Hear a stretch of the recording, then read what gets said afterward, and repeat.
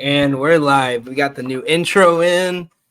We got the intro music coming in next week. My name is Dan with my buddy Drew here. Welcome to another episode of the Payoff Pitch. We're going to be breaking down everything going on from spring training in the first opening weekend. Drew, how's it going, man? Oh, I'm doing great, Dan. It's good to see you. I'm excited for baseball. I can smell it in the air. We're about a month out from opening day. I'm ready to go. Yeah, man, I'm excited. We opened up with the Padres and the Dodgers in a very ugly looking spring training game to start. I think it's kind of like looking into the future here, a forecast of what we're expecting from those teams. But every team has now played officially at least one game. They're wrapping up their second games today. In the first two games that we definitely have a small sample size, but who has kind of impressed you so far or had like just a good solid opening to spring training? So I know I sound like a homer probably. I talk a lot about the Braves. They are the best team in baseball, and I expect them to continue that this year. But Strider looked good in his first game. He only played 2 innings, but he went two scoreless. And if his curveball continues to develop the way that I think it will, he's really going to have a great season. Um, also there's Lars Nootbaar with the Cards. He was playing against the Mets. He went 2 for 2 with an RBI. He looked good in limited action.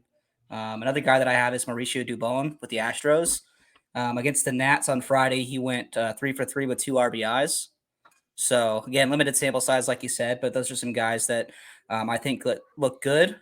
Conversely, Bryce Elder today did not look good against the Red Sox, and he gave up 2 earned runs in 1.1 innings. He gave up 4 hits. So, and that seems to be continuing from the end of last year, where he really struggled toward the end of the season and in the playoffs.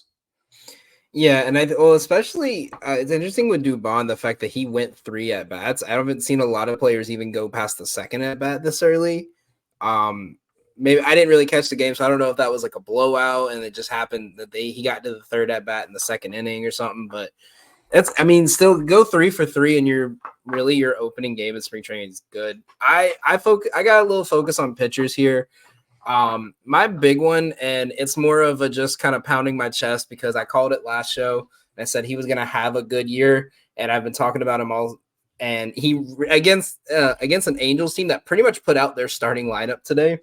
Cole Reagans, 8 batters faced, 2 innings, 5 strikeouts, a pop out, and 2 hits, and they were both singles. That's it. That was a very solid start. Obviously, he went around the rotation 1.5 times, or not even 1.5 times. He didn't even get to like Trout or any of them a second at bat. But to go your first time in spring training, it's really where you're kind of opening up what you're throwing, kind of working your repertoire. They're trying to see what you work with in certain situations. And you throw 5 strikeouts in 2 innings is just impressive. And they were some very filthy pitches too. A lot of them were like right on the edge. He probably got a little bit of luck from the umpires there on some of them because it was like 3-2 counts. That was the big thing I was worried that really kind of worried me with it, is that he was getting a little high in the pitch count. But again, first day of spring training, we'll see how that goes into the regular season. But the pitcher that really kind of worried me is Joe Musgrove. Now, first game, it was the first time out there, but the Dodgers sent almost no one out there besides Mookie Betts and James Outman. And he didn't get through a third of an inning. He was supposed to pitch 25 pitches, and they thought that was going to last him an inning, maybe an inning and a third. He couldn't even get an out, walked the bases loaded twice, gave up a bunch of extra base hits. Just a very ugly performance. And maybe that's just kind of wearing off the rust a little bit, but that's something to really watch going into his next start. Well, he's got a lot of innings on his arms. He's got to really dial it back in. We know what he's capable of, but small sample size. We'll see what happens going forward. Yeah, absolutely. And yeah, like we've seen some crazy games. The Yankees put up 22 runs the other day, which was kind of insane to see, especially opening spring training. But moving on from that, the MLB has officially announced their top 100 list with Ronald Acuna, our guy, the guy that leads off our intro, leading the way here. I think obviously that was probably the best choice. I think if Ohtani wasn't limited to just hitting this year, I think obviously it would have probably been him again. Because as we've seen, Ohtani is possibly the greatest player to ever grace a baseball field. But who do you think got snubbed on this list? Who do you think kind of got disrespected? Should have been a lot, closer towards the one. Who do you think got misranked? So I think I want to start on the positive side first. I think that they really, you know, well, I would say Tyler Matzek is one that probably should have been on there. I know he didn't pitch last season, but when he's at the top of his game, in a clutch situation, really nobody else that I would want on the mound. Maybe a couple other guys, your Devin Williams or your haters. Um, but somebody that I thought was too high was Sean Murphy, also from the Braves. Um, you know, he was ranked 47th overall, and catcher is a very important position. Obviously, it's one of the hardest positions to play in baseball. Um, but I don't know that his defense really did enough down the stretch to offset his just horrible splits pre and post All Star break. Um, Yeah, and I'm looking at this list, like the people he beat out. You got Michael Harris at 50, Bellinger at 51, Guerrero, Bogarts, Luis Castillo, Framber Valdez are the next five beneath him. I as much as I think Murphy is probably going to have a lot better year than he did last year, I think he's going to get some of those struggles he hit midseason out. I wouldn't put him above Harris. I don't think I would even put him above like Vladdy, I think maybe Bellinger. I think his first half really weighed too heavily on his ranking because post also break, and it could be because he was splitting a lot of reps with Travis d'Arnaud. But I mean, his hitting splits were absolutely awful. In 40 games, he hit 159. He slugged 275, and his on base percentage was 310. I mean, that's not Major League Baseball right there. And that's in 40 games. That's not a small sample size. That's a quarter of a season. Um, you know, I think, like you said, it'll bounce back, but I think he needs to play every day. I do think that splitting time with Travis d'Arnaud really hurt him. Baseball players, it's in the same way that the Braves may have been hurt, with that week off in October. These guys need to play every day. If you don't get them consistent reps, I don't know that everybody can just pick up where they left off. We saw the same thing with Harris for a while. He was just not, he was like in his head, and then he wasn't consistent, and once he found his rhythm, he really took off. So another guy that I thought was actually too high was Edwin Diaz from the Mets. They ranked him 80th. I mean, we just don't know what we're gonna get. He also missed pretty much all of last season, you know. So until I know what I'm getting from him, um, you could probably make the same argument that he's in the same territory as Tyler Matzek. You know what he can be, but you don't know where he is now. Um, I mean, and that's kind of where I'm at in terms of his status. He's an elite closer. He's an elite relief pitcher, or at least he was, but we don't know where he is now. Um, Right. Yeah, I'm kind of in the same boat. I think a lot of these rankings lately have been a mix of what they have, what we've seen when they're at their peak of the year, and if they can sustain that. Because obviously, I mean, Julio Rodriguez at 10, I think he's arguably top 15, top 20, easily one of the best players in baseball right now. But he struggled for the first half of the year. He had a month and a half where he was just the hottest hitter in baseball. And then after that, he kind of slowed down a bit. I just personally, I don't think I would put him over Harper. And I hate saying that as a Braves fan, but I think the way Harper plays when he's fully healthy, I mean, I think they might have lowered him down because he's playing a new position full time. It's going to be a little bit of a transition. But I think another name, I'm kind of surprised he's so high, and I don't hate it, but I would have liked to see him a little bit lower just because he wasn't ranked last year, and this will be his first full season in the bigs. Is Gunnar Henderson. He got ranked 34th. He got ranked ahead of Alonso, Goldschmidt, Adolis Garcia, Ozzy Albies. Ozzy Arena. He got ranked over Arias, which was my big one because Arias isn't as fast as him. I don't think he's good as a defender, but Arias was the batting title leader for the entire season. He hit over 400 for a good 5 months of the year. I don't see a guy who's going into his second season being a better player than him. I think they're probably expecting a regression from him. But yeah, I don't know how I feel on that one. But the big one that just kind of stuck with me was Vladdy being at 52. And just to name, like, I don't think Real Muto overall is a better player than Vladdy right now. I don't think Sean Murphy is a better player than Vladdy. You can argue even I don't like You there's could argue this they play a more important position. yeah, and the other one that I think you could go both ways, and I think it's a little bit more of big city bias is, and maybe it's my bias because I like the way he plays, but I think Brian Reynolds should not be below Brandon Nimmo in this ranking list. I think Brian Reynolds has proven that he should be. I don't think JP Crawford's better than him. I don't think the way Correa's season went last year that he played better than Brian Reynolds last year. I think now that we know Senga's going to be out for the first couple weeks of the season, I would have put him above Senga, but we obviously didn't know that when that side of the ranking came out. But I think Brian Reynolds just doesn't get respect because Pittsburgh's not the big market for baseball right now. Well, you don't get a contract like that from a team like Pittsburgh unless the proof is in the pudding. I mean, they just don't hand out contracts like that. Right, exactly. JD Martinez was still on this list. I think Matt Chapman's definitely a better player than JD Martinez at this point in his career. I think Cease was the one I was surprised he was so low. I don't know if you caught that. He was at 92.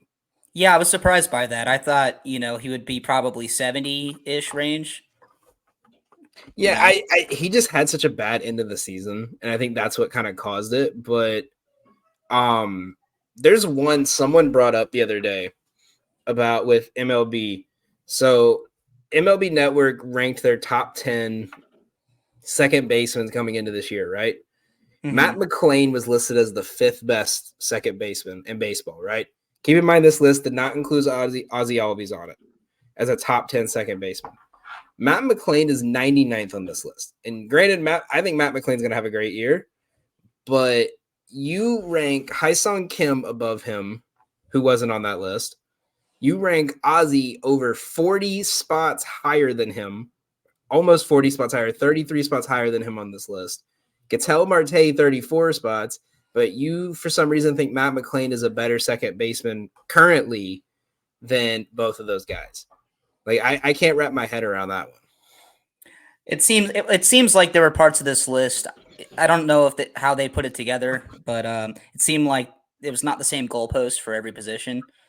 I don't know if they split up amongst the writers how they were going to put together the list. Like, hey, you take the catchers, you take so and so, and then they came back and compared notes.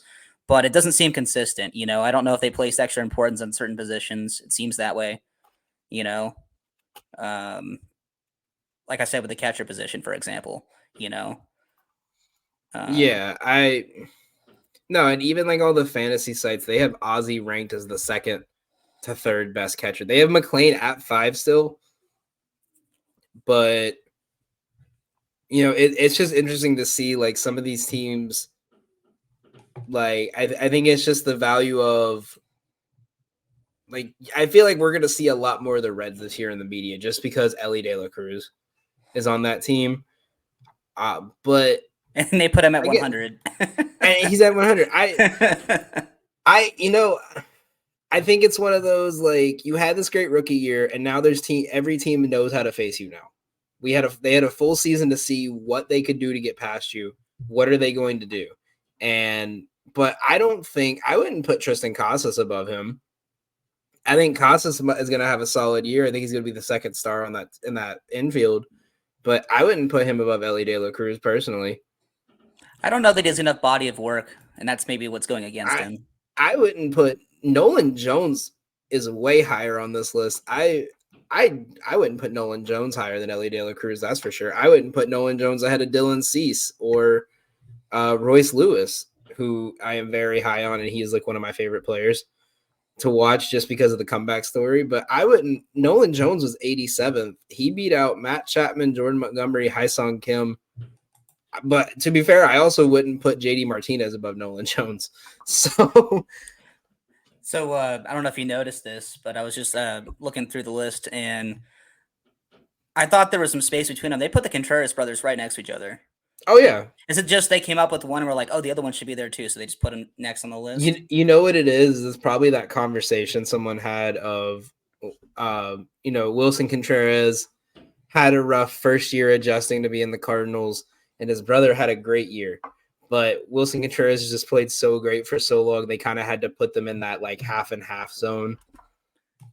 Well, I mean, William is potentially going to be in the playoffs, and I don't see Wilson being in the playoffs this year. So, um, anyway, there's a lot of surprises on this list, but it's always subjective because everybody's got their opinion on how it should be ranked. Unless you just have one end all be all metric, like if you're just going by WAR, then again, it's still, even if you just do it that way and everybody's judged by the same number, then you got to place positional importance. So I don't know how you could really get this list right.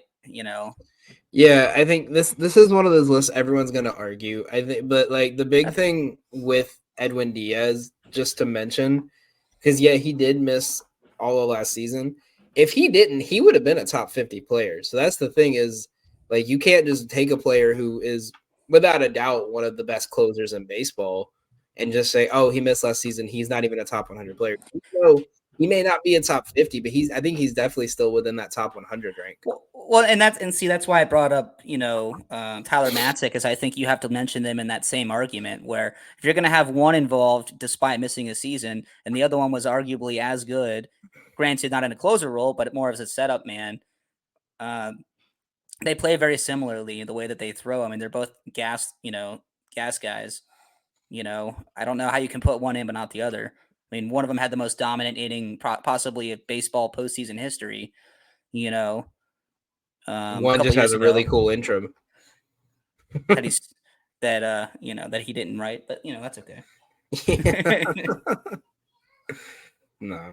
All right. Well, moving on, we're gonna bring in a little bit of fantasy. We didn't get to touch a lot on it last week, but now that we've kind of seen some live BPs, we've seen some spring training games, and we've kind of taken more of a look at the rosters as they've kind of formed.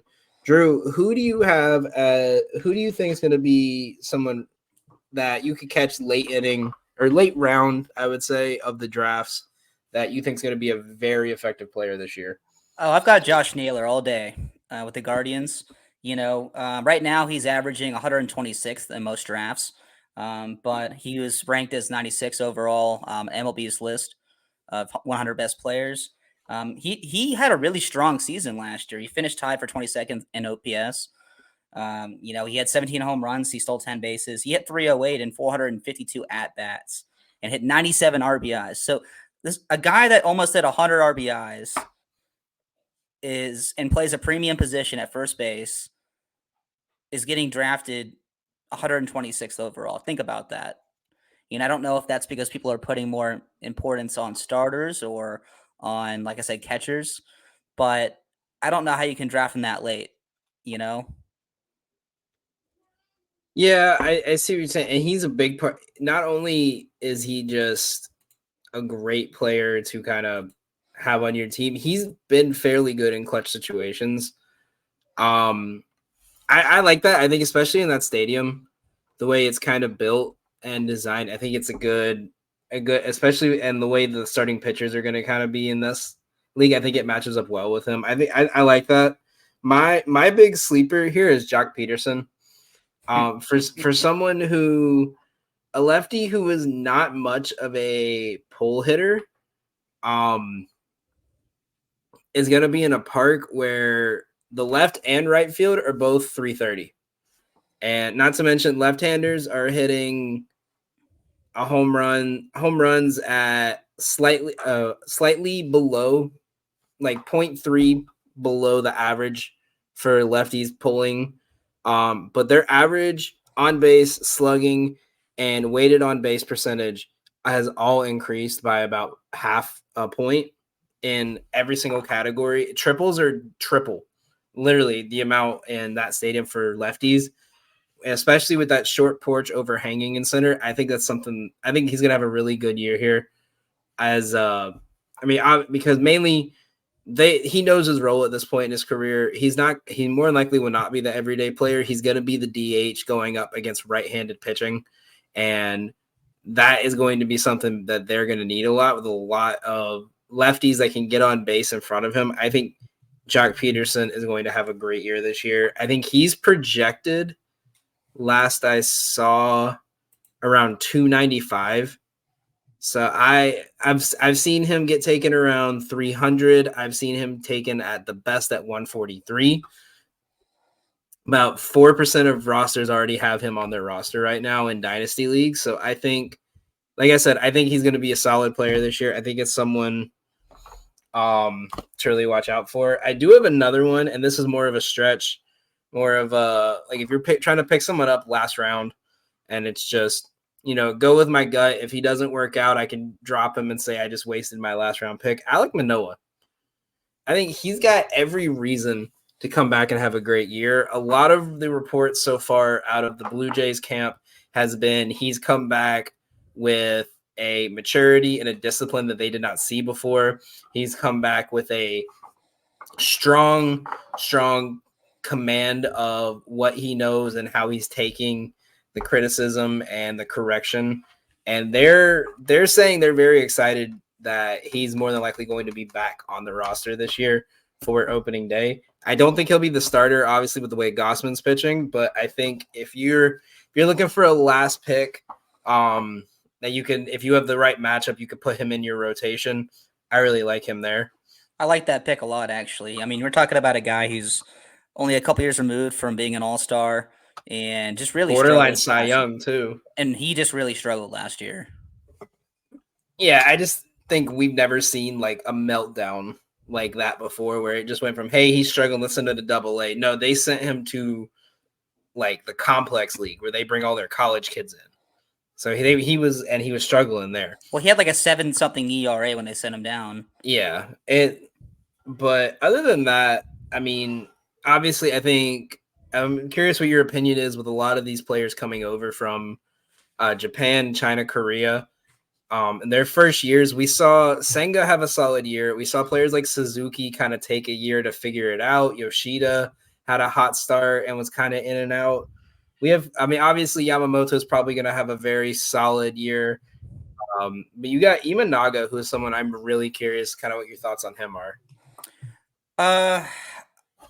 He's kind of one of those less heralded prospects coming over from Japan. Obviously, the two bigger ones being Yamamoto and, of course, Otani's been here for a while. But I think it's too early to really say. I think if he can have anywhere near the impact that he's supposed to have, he's going to help lift the Cubs into a playoff and in possibly even beyond position. I was more looking at Yamamoto, and just because the Dodgers spent all this money on him and he's on, baseball's top 100 list, but we don't know what we're getting, saying, oh, he was great in Japan. Okay. Yeah, great. But how many guys have been great elsewhere and they come to Major League Baseball and then they just don't fit? Right. Yeah. No, I see what you're saying. Now switching to the other side of it, busts. Who do you think is just going to be a bust this year? Well, I'll go back to Edwin Diaz. I mean, he's coming back from a really challenging injury. I think he'll probably have a solid year. I don't know if he'll be back to the level that he was at before. It's really hard to get to the level of dominance that he had. Of course, it could just be big media bias, but his numbers were solid. He's going to be somebody that I think, could be trade bait depending on where the Mets are. If he has a solid season, but I suspect he's going to have a regression year, just simply coming off injury. So now looking at his draft rankings right now, he's pitcher number 20 on Fantasy Pros draft rank. His average position's been around 55, and the lowest he's taken him at around 82. Now, with the potential for the bust there, coming off a patellar tendon injury, if you're around pick 80, 85, and you still see him available, are you taking him or are you waiting to see if he's alive for the next round It depends and on what risking else. losing it? If there's room and I don't have other glaring needs, I would take him at that spot because that's good value. But it depends on where my roster is shaping up. If I have other glaring needs and there's other positions that I or players that I think would fill that position better, then I'm taking best available. And whether that's Diaz or somebody like Josh Naylor. If I have a need at first base and he's available, I'm taking him over Edwin Diaz. Right. Yeah, I see it. And for me, I picked Eugenio Suarez. I think I can't remember where I saw it, but I saw he was kind of due for just a flop of a year going into the last kind of year of his contract. He kind of struggled to end the year, and with them bringing in some players at his position and at his backup position, I think it's gonna be a rough year for him to kind of prove himself. I think he could be some trade bait. Uh, if he struggles, I think he's a trade bait to a team. If the Diamondbacks need some kind of, I don't even want to say like I would say if they need some kind of big like pitcher or something, some kind of trade bait. But with Jordan Lawler coming up, I think that's something to really watch out for because play the he can't play third. Obviously, he's a natural shortstop, but I think that is a big thing to watch out for. With Jace Peterson playing really well to end the year, I'm looking at their infield right now. You got Emmanuel Rivera, Perdomo, and Blaze Alexander, who I think one great name, great baseball name. Two, I think he makes the 40 man. The way he kind of is playing the last couple of weeks into minors last year. So I think Suarez is kind of due for a regression in his contract. I could see that. I mean, the Diamondbacks are a team on the up. Granted, they definitely overperformed. I think where most people thought they would be last year, but they're in a win now position given what happened last year. So if they need to make a move, they will. I think. Right. And I don't see them being the team they were last year. I think we could be seeing a little bit of they got hot at the right time while everyone else got cold.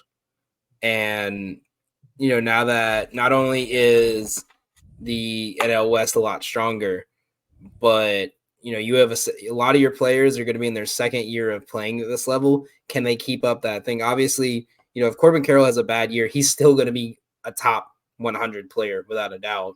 It just is the sophomore struggle. But I think he's done. Last one before we head on to kind of some futures and some hot takes and do a little bit more about fantasy. But breakout guys, I got Vaughn Grissom going back to the team that he hit his first home run against in a stadium that is very home run friendly to the way he hits and where he has full-time ability to take over that second base position in his natural spot. I think he's going to have a great year this year. I think he's a guy you missed out on like the top 5, top 10 shortstops and second basemen, and you don't have number 5 overall top second baseman Matt McClain. Maybe Ozzy's available as a sleeper. But I think Grissom's gonna be due for a great year. I think Ozzy will actually get overdrafted potentially. He's listed as the second best second baseman on most draft boards, and that's behind Betts, who's going to be playing in the outfield still at times. And so I can see him being overdrafted. I actually think Jared Kelenic will have a pretty good year. It remains to be seen what's going to happen. The Braves had some coaching changes, so we'll see. How their development is gone, but historically they're good at developing guys. He was a high draft pick. He really struggled with the Mariners. Granted, part of that was his own fault. He broke his foot kicking a water cooler. So that doesn't really help anything with his development. But I think he could be a value added pick as well.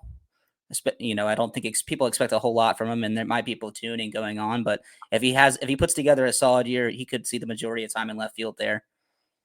So, and since you brought up how the Braves have kind of developed players, I'm actually curious your take on this because I was actually talking to someone about this earlier.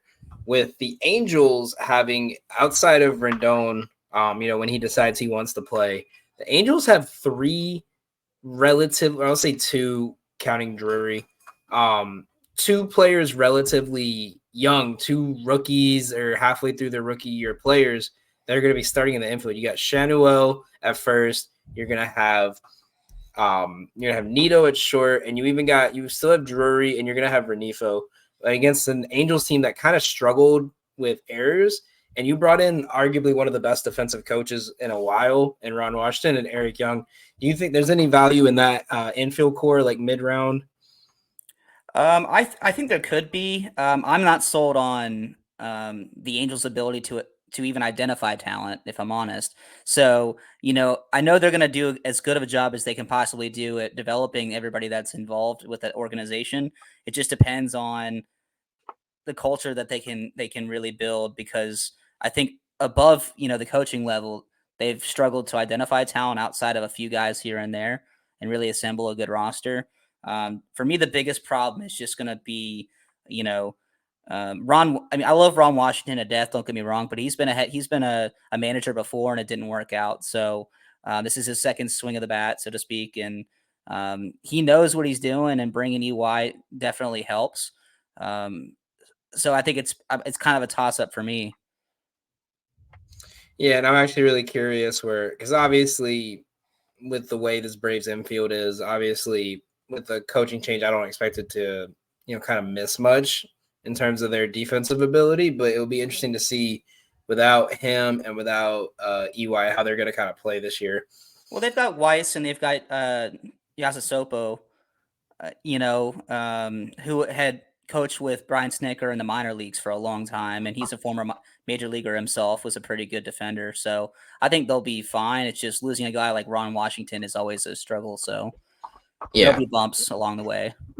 Yeah, definitely. Well, moving on, we're gonna go over our new segment, swing and a miss. We're gonna give you guys our hot takes, and you got to defend it. The other person's gonna say if it's a swing, if they think it's a great take or a miss, and they just think you're way off. Drew, you want to start us off because I know me and you have a very different opinion on one award race of these. So do you want to start us off? Oh yeah. So my first swing of the bat is going to be that Corey Seager is going to win the AL MVP this year. Um, he had a great season last year, and he really picked it up in October, which doesn't really factor into the MVP race. Or else, I think he might have won it last year, except for a guy named Shohei Ohtani. But he's not going to be pitching this year, and if he has anything close to the season he had last year, and the Rangers managed to win their division. They didn't win last year. They lost on the last day of the season to the Astros and ended up being a wild card team. They kind of limped in to the playoffs, but in the playoffs, he had 6 home runs and hit 12 RBIs in, on route to a World Series title, so I think he's my pick to win the AL MVP this year if he continues on that path. See, I don't mind it, but I'm actually going to a different side of Texas. I'm going to Houston. I'm just gonna say miss on your take just because I got the opposite guy. I'm going Yordan Alvarez, AL MVP. I'm very high on him and the way he's kind of been playing. If you look at his stats last year, I think if it wasn't for Shohei, as Lydia points out, I think he could have had a case. If you look at his stats, 114 games last year, he had 120 hits. 56 of those hits were extra base hits. He nearly hit 50% extra base hits. He had a triple, 24 doubles, 31 home runs. He did strike out a little more than you'd kind of want to see, but that number has went down. 2 years ago, he struck out in about 25%, or about 30% of his at bats. Last year, he was at about 24%. 92 strikeouts and 410 at bats. He was clutch every single part of the year last year. You can even look at pitches per plate appearance. He was only getting about 3.5 pitches per at bat, and he was hitting 56 extra base hits a year. He's seeing the ball well. They walked him 5 times last year, and he only hit into 7 double plays the whole season. So I think the way his weighted WAR is, the way his WAR for the season is, his run contribution, I think he's going to be an absolute stud again this year, and I think he's going to run away with this. Well, I see your argument. I think for me, I'm going to say miss as well, but only because I think, frankly, between the two guys, it's a toss up. With Shohei out, it's going to be one of those two guys. But I'm leaning Seager just simply because he was so hot to end the year, and he was second in OPS last year, and I think that counts for a lot, especially in the 2-hole, which is I think primarily where you're going to see him a lot this year. Getting on base and knocking in runs if there's somebody ahead of you is extremely valuable. Yordan Alvarez is primarily a 3-4 hitter. So there's people on base a lot of the times when he gets a hit. So those numbers might be kind of skewed. Like for Acuna, for example, he bats first. So there's usually people not on base when he's hitting. It's kind of the same thing with the 2-hitter. And even that being said, last year Seager had 96 RBIs, right? So that's stuff. Yeah. And he hit 327. Yeah, and by the way, if you want to take either of these guys to win MVP, the odds right now, best odds are on FanDuel at plus 950 for Yordan Alvarez, plus 1,000 for Corey Seager. So I think almost even. Yeah, I think FanDuel has Corey Seager a little bit lower than Alvarez. But DraftKings and MGM have Seager at over 1,000. Also on this list, if you like some long shots, Bobby Witt Jr. is at plus 2,000, Mike Trout at plus 2,000, and you could even take Marcus Semien or Jose Altuve at plus 4,000 or higher. Oh, dude, that Mike Trout is just blowing away money. If the Angels even make the playoffs by some miracle, they're not even going to give it to Trout. They're going to give it to Ohtani. They'll still give it to him. They'll give it to Ohtani. So they just put Ron Washington on the field for one play and just give it to him. I mean, he would be the actual MVP if that was the case, Aaron Judge leading that race right now at plus 550 on the NL side. I don't even like that one. I think Soto is going to be more valuable than him. Yeah. Acuna at plus 537. Shohei and Betts right behind him at 650 and 850. And you can catch Tatis at the 4th most favorited at plus 1,000 as of right now. Rounding out the top 10 is Austin Riley at plus 2,500. So that's your National League and American League MVP odds right now. Drew, second take, what you got?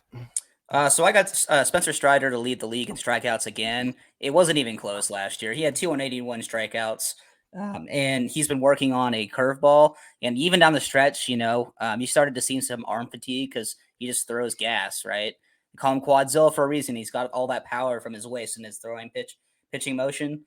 And to lead the league in strikeouts by like 40 strikeouts it's absurd. He's the fastest pitcher to ever get 200 strikeouts in a season. He broke his own record. He holds the Braves, all-time strikeout in a season record. He broke John Smoltz' record. If he develops that curveball, I mean, people are just going to be swinging at ghosts. So that's my prediction. No, I'll take it. I'll swing at that one. Mainly, yeah, that curveball when he pitched the other day just looked great. And obviously, first year throwing a curveball is not going to be the best, but if I don't see that being I still see him as a 2-pitch pitcher, but then just kind of like Logan Webb, like sinker, slider, and then all of a sudden just hit him with a curveball, just throw off the rhythm enough that they have to watch out for it. By the way, looking at the odds of that right now, this is how confident everyone is on Strider. Strider at plus 195 to win the strikeout leader for the year. The next lowest is Kevin Gossman at plus 1,000. And outside of him, Garrett Cole and Glasnow, no one is below 2,000. Top 5, you got Blake Snell and Pablo Lopez and Peralta at 2,000. If you want a real long shot on that one, you got Hunter Green at plus 2,500, who I think is a great strikeout pitcher if his stuff is working. Where's Zach Gallen on that list? Gallen is At 3,500, they got Oh, Luzardo, Cease, Yamamoto. No, I don't mind that one. I kind of like where that's at, just because he's one of those pitchers. When it's working, it's working. When it's not, it's just contact. And he's just so good that when it's contact, it's ground balls. So I don't mind that, because I can't tell you how many times I've been like, yeah, 5 strikeouts is nothing to this guy, and he went with 1 in 7 innings of pitching. right, So right, but he got like 4 double plays behind him, you know. yeah, he's if you have an equivalent, I would say the NFL game manager. It's not I'm gonna do this and you know it's coming. It's I'm gonna do what I realize y'all are not hitting, So he and I'm might gonna be make you. He's he the might Brock Cody. so he's more of a for me a candidate for to lead the NL in ERA versus Yeah, I strikeout. would say that. I would say that's a better one for him. So my second take, it's kind of a simple one. I made this on a video we posted for our Elite Eight of baseball futures a couple weeks ago. Cubs to make the playoffs is my second hot take. I think, and I made this statement before the Bellinger news today. I'm even more sure of it now. This team played great last year. The only thing I think they have to worry about is that the Cardinals got better, and assuming last year was just a rough slump with a whole new chemistry with a lot of their veterans leaving and then not bringing in a lot of great veterans, and then once a week you were kind of forced to put Adam Wainwright out there as like I guess the best way you describe it is, when you see like the family's like 18-year-old dog and you're like, huh, he's still here for some reason. Oh no, dude, he was the Emperor and he was Emperor Palpatine in the ninth Star Wars movie. He's just literally resurrected. It's a corpse of the guy that once was. That was him last year, you know.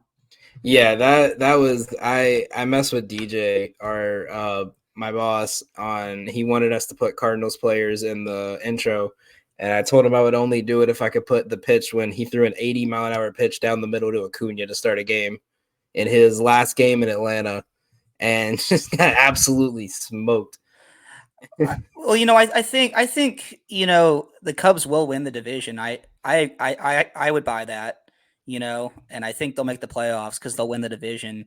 Um, Granted, I see what you're saying about the Cardinals. Looking at the numbers right now, Nolan Arenado had, by his standards, a down year last year. It was kind of an average year. He hit, 266, which is not great. He's a career 286 hitter. Um, so I mean, if he assuming he goes back to even close to what he normally does, that's gonna really boost their lineup. You mentioned they added some pieces. I think it's gonna be a lot more competitive than it was. I actually think the Reds will take a step back even further, just simply because both the Cardinals and the Cubs got better. So I would swing at that. Yeah, I think that's going to be the most interesting division to watch this year, honestly, because I feel like every year it's always the Braves, Phillies, and Mets. Everyone's watching them, and then the Mets slowly fall out. But when you look at it, I think outside of, like, not even outside, I think every team has a potential this year in the NL Central of, if we get hot at the right time, like we can win this division. Like, obviously, like the NL East, NL West, you get teams like the Rockies and the Nats. They say, hey, we are on a 7-game win streak. Okay, well, we're still 40 games behind first place. So win But 40 more, then we can talk. yeah, like you got like the Pirates look good. They got Mitch Keller long term now. They have Brian Reynolds. Key Brian Hayes is out back, kind of swung a little bit better last year. They brought McCutchen back, which was a great move. He played great with them last year. They kind of have the pieces. I think the best way I could describe this division is everyone is a year away, and someone's going to win the division. I don't think any of these teams are going to cause any damage in the playoffs, because they're either going to have to go through Atlanta, Philly, or LA at some point, and I just don't think they have enough to get through those. But every one of these teams, I feel like, is a year away from us putting them in that conversation of, can we see them in the championship series? No, I agree. No, then you had So you had one more, didn't you, Dan? yeah, and I know you got one more, but I don't know if you want to bring that one up here at the end. My last one, and this one, I'm willing to die on this one. I'm willing to admit that if this one's wrong, it's wrong. I don't think Tampa Bay makes the playoffs this year. Ooh, You have McClanahan missing a good portion of the early part of the season. Their offensive bats, they lost Margot. They do have obviously they lost Wander Franco because he's a piece of crap. Let's not go down that road. That's a Yeah, whole I just couldn't say the other word, or DJ would yell at me after this. But he's hiding in Venezuela or something. He's in the middle of the forest. You lost Margot. Isak Paredes and Rosarena can only do so much. Their offense is obviously still about as powerful. Caminero, I think, is going to be really good. I just don't think he's going to make opening day roster. I think he gets brought up probably in June. But I'm looking at the pitching side of it. You have Rasmussen, who can't stay healthy. You have Jeffrey Springs, who has had issues staying healthy, and Shane Bass, who has not pitched since 2021. You have three pitchers who, when they're pitching, have not been consistent. Because I remember when they went on that big win streak to start last year, Jeffrey Springs was arguably one of the best pitchers in baseball at the time. He was a top 10 pitcher that year. And then there was a month period where he could not get the ball over the plate. And when he did, it was a home run. And if you're relying on that and Rasmussen, who, again, is a great pitcher, but he's going to be the ace of your rotation probably for the first couple months. And even then, you're going to have, when McClanahan comes back, he's coming back off an elbow surgery. You're going to be limiting him the first month. You're not just going to say, okay, he's back, we're desperate, throw him out there 90 pitches. You're going to put him on a 50, 60 pitch limit for the first month. So if he comes back in June, he's not going to be fully ready till after the All-Star break. I just don't, with the way this division's going, I don't see them, like, obviously, I see them winning at least going over 500. I just don't see them you have to win 90 plus games to make the playoffs in the AL now. I don't see them winning 90. I swing at that, and I actually think they'll finish third in their division behind the Yankees and the Orioles. I mentioned a couple weeks ago when we did our last episode that I'm really high on the Orioles. I don't know if they'll win the league again, the American League again, but I think they'll win that division. I also think that the Yankees will be better than they were last year, and obviously the Rays have taken a step back. Losing Franco is a huge hit. I mean, he was an upcoming star in this game, so I would swing at that. And just the AL East odds, Yankees are the favorites at plus 140, Orioles second at 205. If you take the Orioles on their win, if you take any of these teams on the win total, Orioles have to win 90 for your bet to hit. Tampa Bay has to win 85 games. I think they could hit that mark. That's why, like, this was one of my futures I really wanted to target, because I always like targeting these teams that I feel like are in that middle ground of, if the pieces work, it's going to be a great season. But if the pieces play as as everyone's kind of projecting them to play, it's not going to go well. And I think that's why, like, 85 just seems like such a sharp number. I get what you're saying, but if we go by last year, so if they hit 85 wins, they're right there still in the wild card discussion. But see, and that's the thing, is it's not like last year where it's, oh, hey, we could potentially be a wild card team, but we have to just make sure we just have to make sure we don't lose. They're in a situation of they're going to be a situation we have to win, because you have all the teams that have the likely potential of hitting 90 this year in the AL. Not to mention their lines are at 90. So you see them missing it by like a couple. I think I'm not saying they're going to be like bottom tier, but I think they miss it by. You have the Orioles who are projected at 90. You have the Blue Jays who are at 87.5. You got where was them? I just saw them a minute ago. You have the Rangers who are projected at 90 wins. You have the Astros who are projected over 90 wins. You have 5 teams. You have to beat at least 3 teams in your division at any point.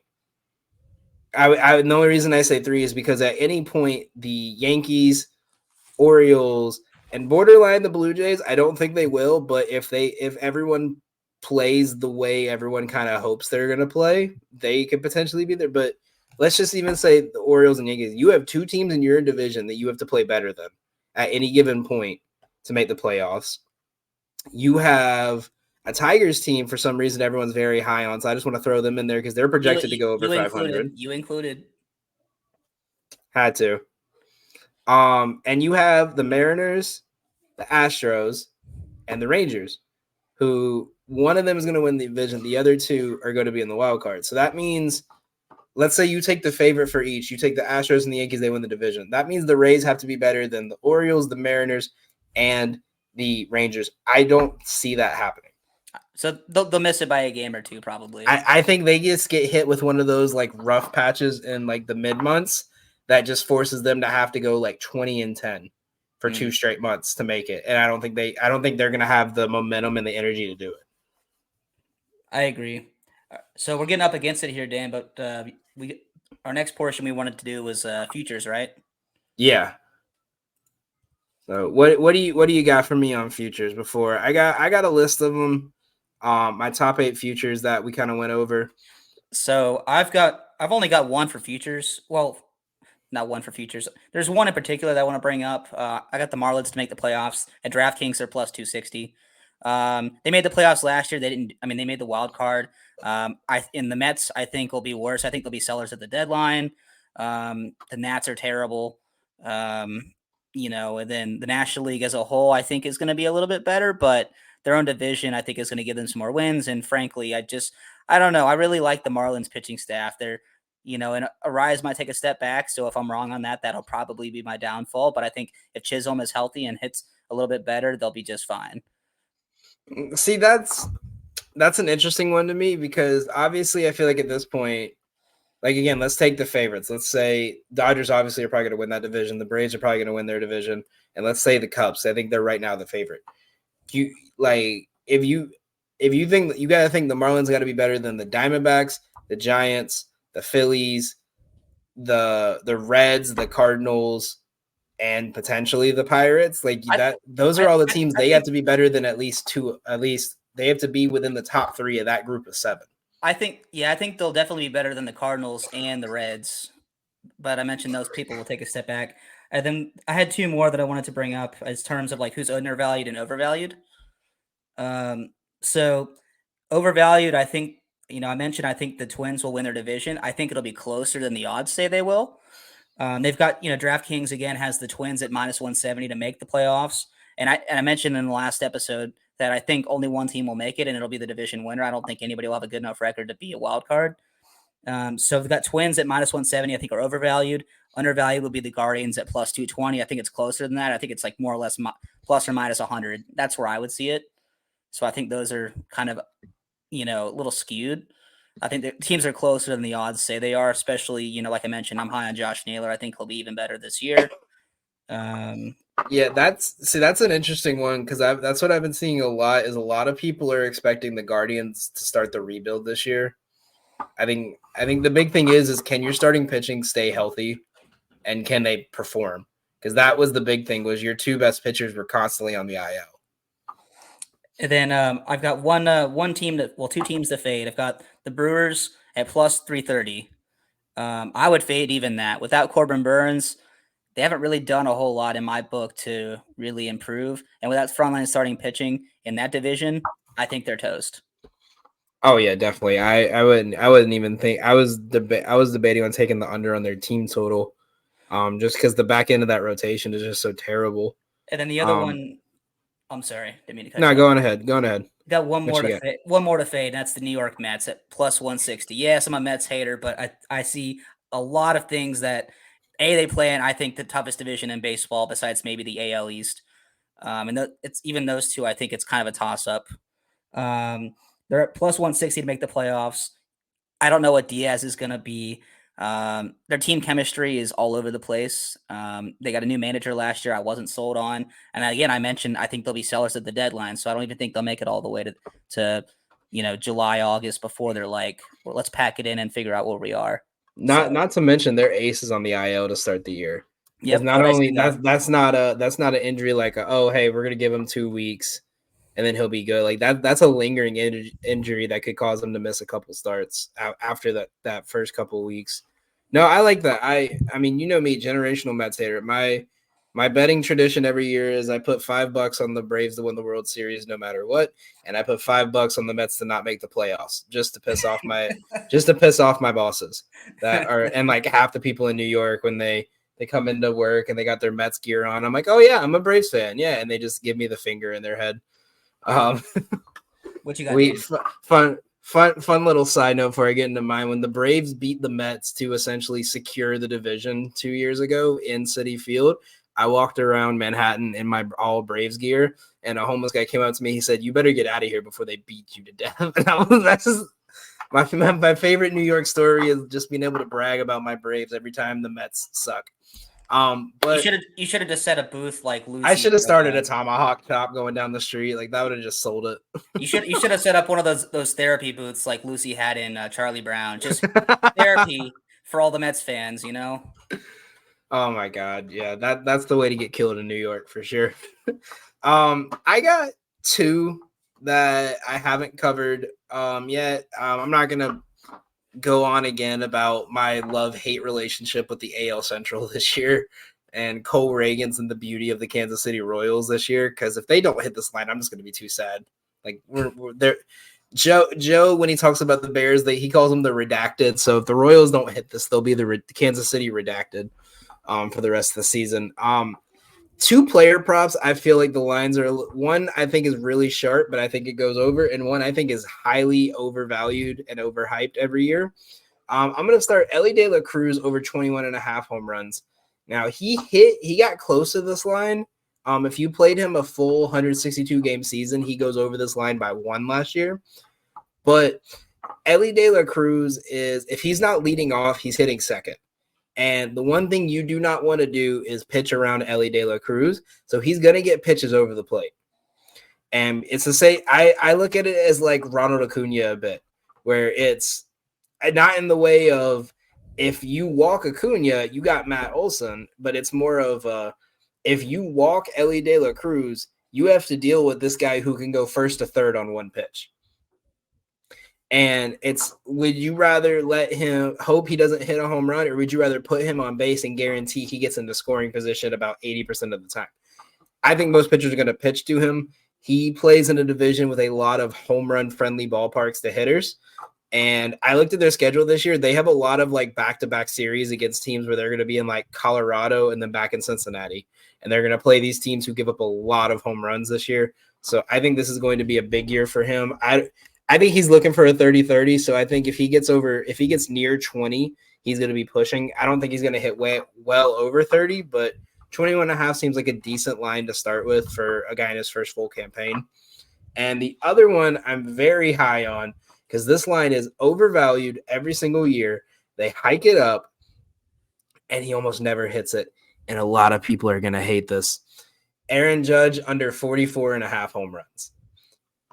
There is a valid reason for this. I got to pull the stats up to show y'all. But so, do you know how many times Aaron Judge has went over this line? Like off the top of your head, like in his like 7-year career. Do you know how many times he's went over? I would say 5. Twice. He's only went over it twice. The rookie year where he broke the home run record, and the year he broke the all-time home run record for the American League home run record. Outside of those 2 years, he has hit 27, 27, not counting the COVID year, 39, and 37. He has not even hit 40 in any year. Why? Because he cannot stay healthy. Now, granted, if he can play those 2 seasons he did that, he played 157 games and 155. If he can play 150, this line's cooked, and I'll live and die with that. I would rather risk my money knowing that Aaron Judge is not going to be playing a full MLB season. There's going to be one bad swing, one bad dive, one run into a wall, one hit by a pitch in the knee, and he can't run for a week. If he misses any kind of like 4 or 5 days, not just like he's sitting for rest, but if he misses like a good, hey, we're on a road trip, we're going to keep him home and not let him play this little 5-game road trip, he's not hitting this line. Granted, especially because if you have Juan Soto in front of him, why are you going to pitch to him? Why are you going to put him in a position where he can hit more runs in? I think he's going to get walked more this year. I think he might get a little more impatient this year. He's going to strike out a lot more. But if he can't play a full season, this line's not going over. There's no way. He hasn't hit 40. I would take it down to 40. This is more of a bet on him staying healthy for a full season, but they won't let you bet on the amount of games someone plays. No, I could see that 100%. No, that's my most passionate line again because this shout out my buddy Justin. He's the one that brought this to my attention. He brought it to my attention last year, and I asked him what his thoughts were on it, and he said he agreed with it again. It's last year he hit 37, and granted, if he had played an extra 40 games and been at 146, he probably would have went over. But I just don't think the way they're going to play him at 32 years old in the second year of a major contract, if he gets any kind of injury, they're going to be patient with him. They spent too much money to risk him, especially in the early part of the year. If it's like August, then maybe, but he gets like a pitch off the elbow May 1st, he might be seeing limited action till like the end of May. He's a big guy too. Everything he does is he's exaggerated. You know, he's a big dude. He's an NBA shooting guard. He hits the ground, the stadium shakes. You know. We going to those games, like even sitting in the bleacher creature area, and you're looking at him from home plate. He's just massive. Like it's one of those things. Like it makes sense why the line would be so high, and there's historical data to prove why it should be that high. But he just doesn't hit the line. It's like when you bet like Shea to go over 30 points in basketball, and he just always finishes games at like 28. But those are my bets.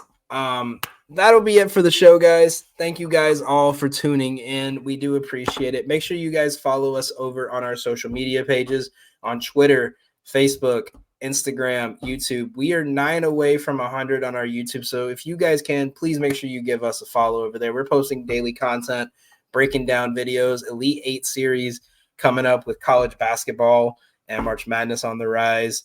If you are also a big college head, we are doing a March Madness bracket tournament. We are doing a paid one and a free one. Free one gets you some free merch. The paid one's $5 a bracket, and the winner gets 50% of the pot. You could do up to 5 brackets. It's going to be a very fun upcoming March. We're going to be putting out content like crazy with the NFL free agency starting, the draft, baseball season starting. So make sure you guys follow us here. We're getting a little closer to MLB season, which means we're going to be putting out a little bit more content, trying to get a little closer to going weekly. So make sure you guys give us a like and a follow. Make sure you guys put those notification bells on so you can see all our content. Thank you guys for watching, and have a great night. See you guys. See you next time.